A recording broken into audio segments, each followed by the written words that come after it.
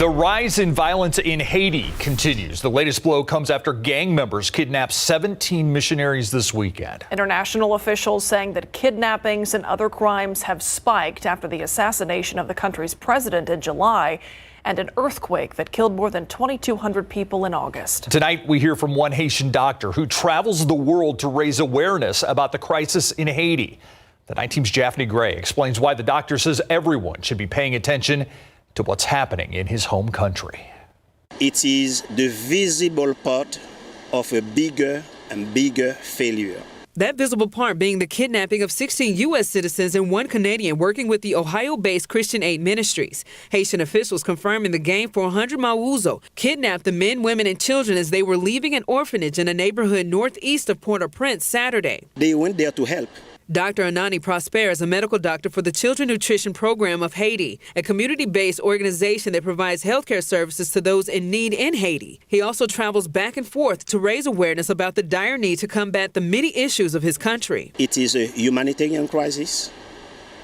It is a hunger crisis.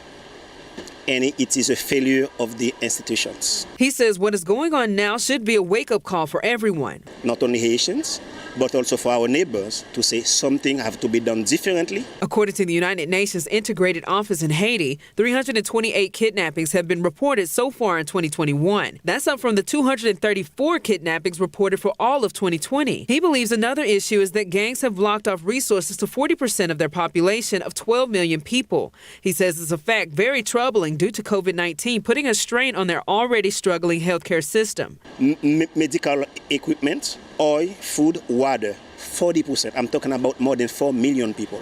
The latest kidnapping comes just days after U.S. officials promised to provide resources, including $15 million to reduce gang violence. Prosper says he's thankful, but he says it'll take a lot more than aid to get the country back on its feet. Help us to build the society, school, health system, higher educations. We can have another generation that is better prepared and to take over to be in charge of Haiti.